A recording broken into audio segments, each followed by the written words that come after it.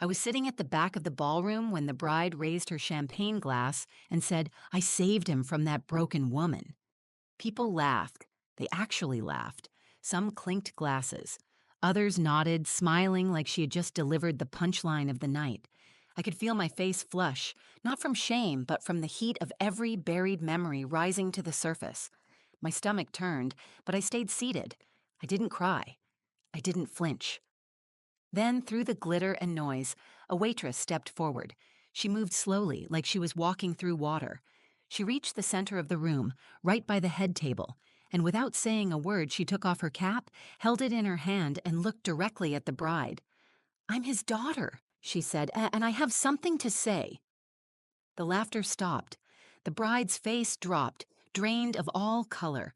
Her mouth stayed open, but no words came out. Just silence. Pure, sharp silence. And that's when everything changed. You ever get that gut feeling that you shouldn't be somewhere? That tight pull in your chest that says, "Turn around"? That was me, sitting in my car outside the Ridgewood Grand Hotel, clutching an ivory invitation with gold trim and shaking hands. It came in the mail a month ago. No return address. Just my name, Amara Lane, written in neat calligraphy I didn't recognize. I almost threw it away. Who sends an ex-fiance's wedding invite to the woman he left behind? At first, I thought it was a mistake. Then I thought maybe it was some weird olive branch or a test. But the truth? Deep down, I knew what it was. An announcement. A warning. A way to make sure I knew that Gavin Reese, the man I spent 6 years building a life with, was officially erasing me. I hadn't seen him in 3 years, not since he left our apartment in the middle of the night after I lost the baby. He didn't even look back, just said he couldn't live in sadness anymore. Packed a duffel bag, left a note, and vanished. But it wasn't just me he left. It was her, too. Lila, his daughter, from a woman who walked out years before we met. She was 5 when she came to live with us. From the second she held my hand and called me Mommy, I stopped being just someone who loved Gavin. I became someone who belonged to her. And when Gavin left, Lila stayed. Not by accident, by choice. For months, I was a shell. Waking up felt like dragging myself through cement. The silence in our home was unbearable.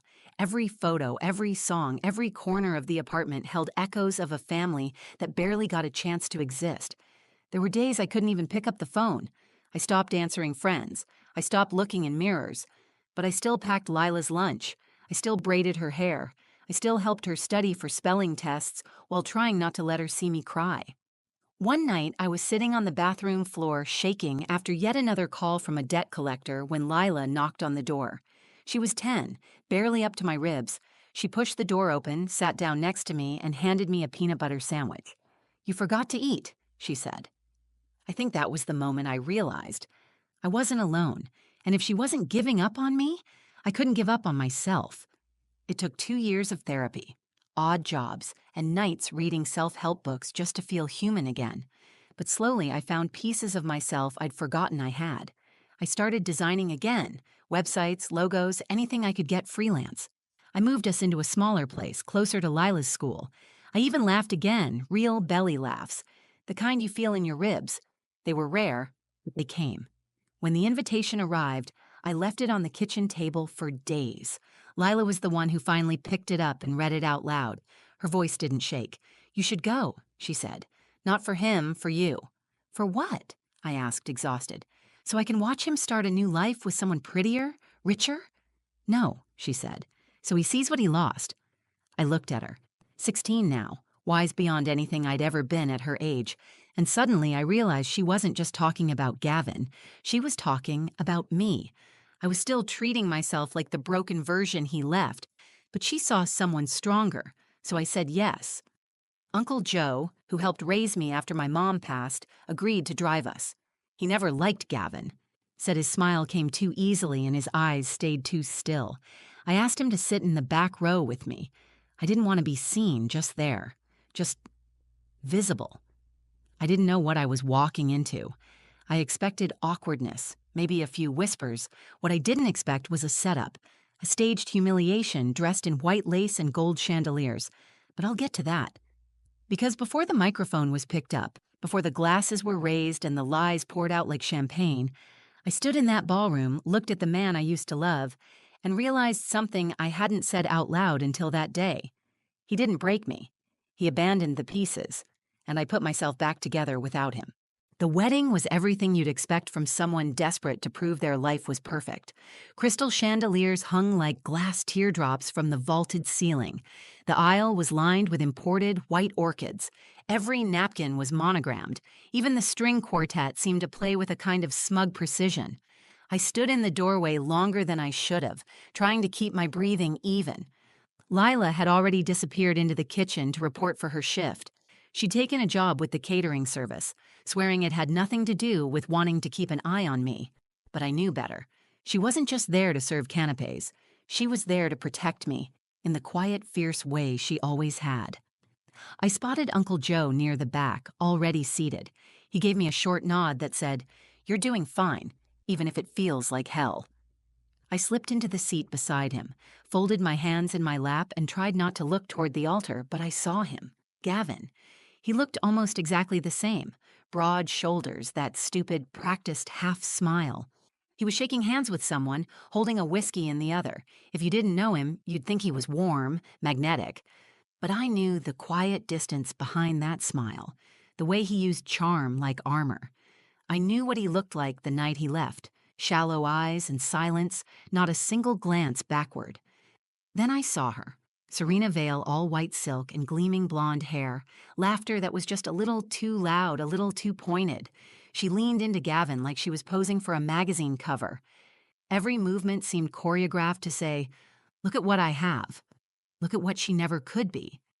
They exchanged vows in front of a giant floral arch. Gavin's voice didn't waver once. I kept my head down, chewing the inside of my cheek just to stay grounded. The crowd applauded as they kissed. Serena turned toward the guests, beaming like she'd just won something. Then the reception began. Glasses clinked. Waiters flowed like clockwork through the crowd. People laughed, gossiped, admired each other's dresses. I sat quietly, sipping water, forcing myself to stay present. Lila passed by once with a tray of bruschetta. Our eyes met for a brief second. She winked. "You okay?" Uncle Joe whispered. "Still breathing," I said. Then came the toasts. Best man, maid of honor, a cousin, all the usual stories. How Gavin was a great guy, how Serena had turned him into a better man. I almost managed to tune it out until I heard her voice. "I want to say something."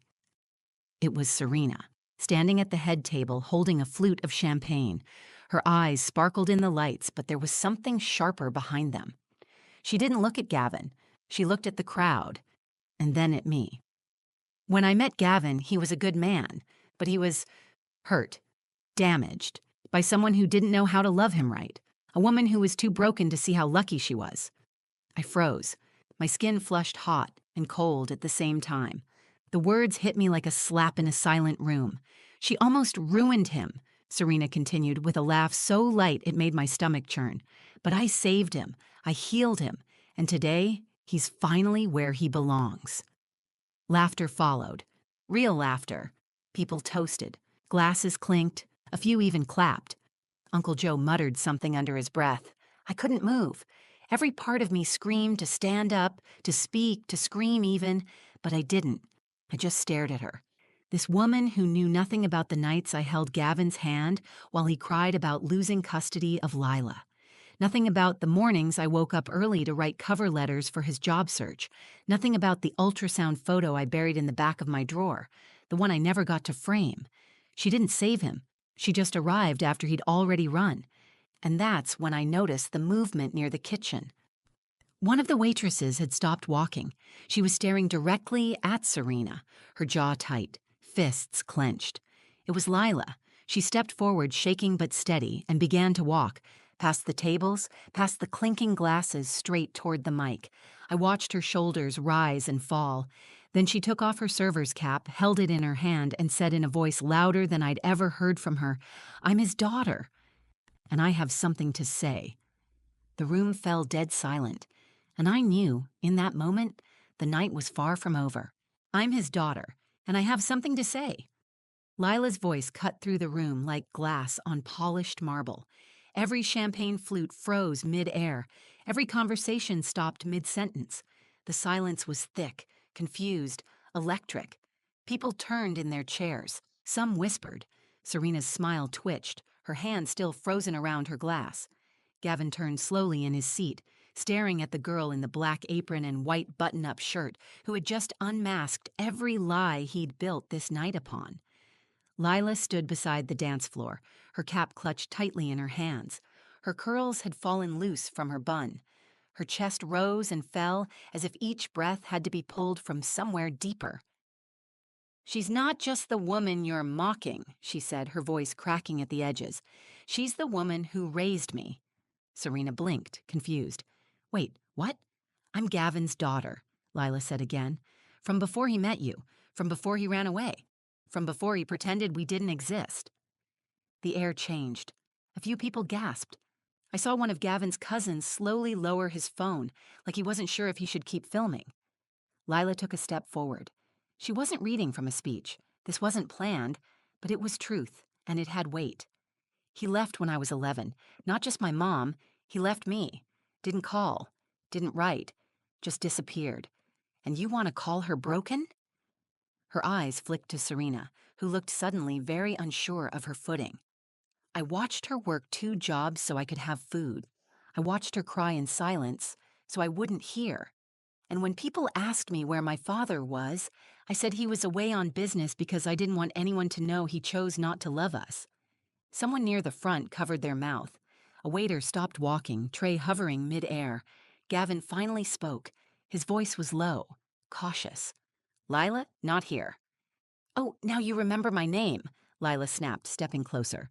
"When I sent you birthday cards, they came back unopened. When I emailed you to say I missed you, you didn't reply. You didn't even block me. You just ignored me. And now you're standing here letting this woman talk about my mom like she's trash?" He looked at me then, and for the first time his expression cracked. I didn't feel pity. I didn't feel revenge. I felt clarity. I wasn't the one who should be ashamed. "She didn't break you," Lila continued, her voice shaking but rising. "You broke yourself, and then you tried to bury us like we didn't exist." Serena looked around, eyes darting for support but found none. She turned back to Gavin. "Is this true?" He didn't answer. He just stared at his daughter like a stranger had walked in wearing his last chance. Lila walked toward me. Every step she took felt like a thunderclap in my chest. She reached for my hand. I stood, my fingers wrapped around hers, and in that small gesture, something inside me that had been dormant began to stir. Not rage, not bitterness, power. "She didn't come here to fight," Lila said, turning back toward the crowd. "She came here because I told her to, because I wanted her to see that she doesn't need to hide anymore." Then she looked straight at Serena, calm, steady. "She doesn't need to be invited into a room to belong in it, and no one gets to rewrite our story to make themselves look better." The room held its breath. Serena's hand trembled around her champagne flute. "This is crazy," she mumbled. She's trying to ruin my wedding." Lila raised her chin. "You ruined it the second you built it on lies." Then she turned and walked away, pulling me with her. The crowd slowly parted. Whispers rose like smoke. No one stopped us. No one dared. Behind me, I heard Gavin call out once, "Lila!" But she didn't even turn. Outside, the air was cool and still. Lila exhaled hard, like she'd been holding in the truth her whole life. She looked up at me, teary-eyed but smiling. "I wasn't going to let her humiliate you," she said. "Not after everything." "You didn't have to do that," I whispered. "Yes," she said. "I did. You saved me.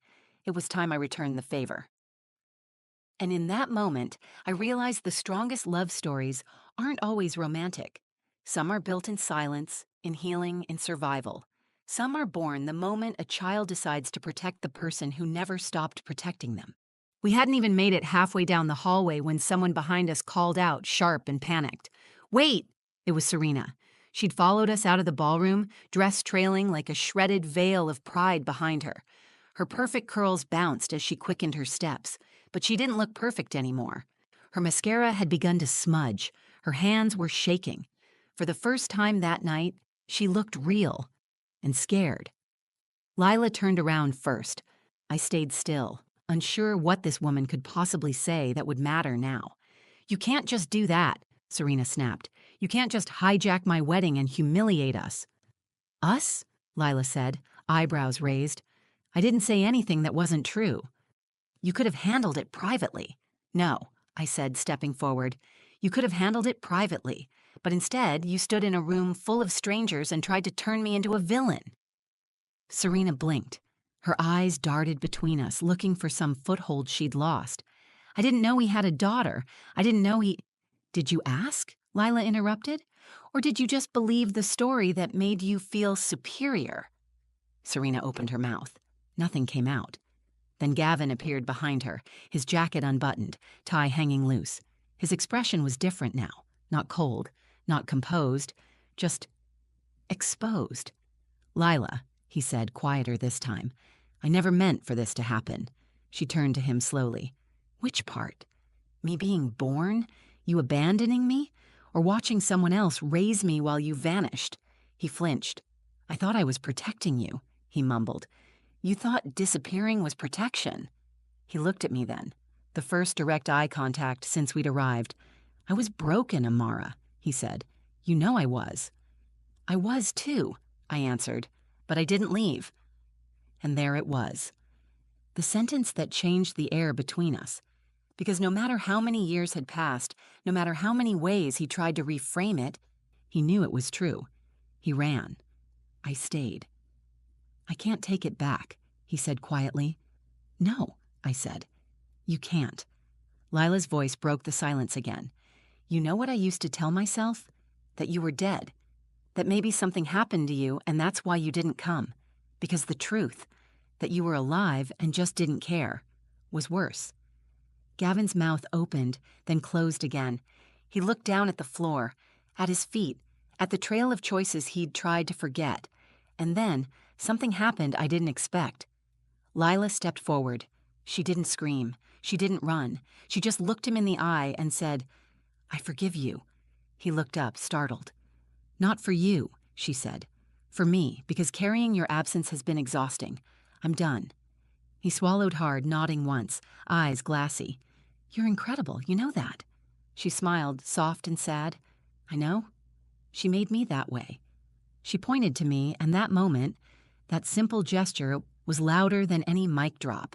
It was the truth laid bare, with no glitter, no whine, no forced smiles. Just a daughter choosing her mother in front of the man who had left them both. Serena stepped back, arms folded. "So what now? You just walk away and pretend you didn't wreck the night?" Lila tilted her head. "You wrecked it the moment you tried to build it on lies." And I added, "If you wanted a perfect story, you should have picked someone with nothing to hide." We walked past them, out into the night. The sky was wide and deep above us, clouds stretched like pulled cotton. It had started to drizzle, but none of us cared. The kind of storm we'd just weathered couldn't be measured in weather. Uncle Joe was waiting by the car. He looked at us, at Gavin still frozen in the entryway, and nodded slowly. "Guess that's what you'd call a mic drop moment." Lila laughed, and I joined her. It wasn't bitter. It wasn't forced. It was real. In that moment, I felt light. Not because anything had been fixed, not because Gavin finally understood what he lost, but because I knew who I was. And Lila knew who she was, and now, so did everyone else. The next morning, the headlines started to spread. Not in the tabloids or newspapers, but in the way these things move now. Quiet clips on TikTok, grainy wedding footage posted anonymously, short videos titled, "Waitress Shuts Down Bride's Insult with Epic Speech." I didn't watch them. I didn't need to. I had lived it. People messaged me, friends I hadn't heard from in years. Some apologized for losing touch when things fell apart. Others just said, "You were so brave." But the funny thing is, I didn't feel brave. Not really. Not in the spotlight, not when Serena mocked me, and not even when Lila stood up and told the truth. I felt like someone who had finally stopped trying to disappear. Gavin never followed up. No phone call, no apology, no last-ditch effort to explain himself. I think he knew there was nothing left to explain. His story was written in the silence that followed his absence. And we were done reading it. Serena's name popped up in the gossip circles for a week or two. enough to make it clear she'd become the punchline of her own party. I heard from someone at the venue that she left the reception early and never came back for the honeymoon send-off. Apparently, she moved out within the month. Whether they broke up or stayed together, I didn't care, because this story was never really about them. It was about us, me and Lila, and what we became when the people who were supposed to protect us left. After that night, something shifted in our home. It was quiet but powerful. Lila was different, stronger. She walked taller. She didn't apologize for taking up space. I caught her practicing her speech in the mirror one night, not out of vanity, but preparation. She told me she was thinking about starting a podcast. For girls who think they don't have a voice, she said. And me? I started something too. I'd always been afraid to talk publicly about what happened. There's shame in being left. People look at you like you're contagious, like your pain is a warning. But after the wedding, I realized something. I wasn't weak because I broke. I was strong because I rebuilt.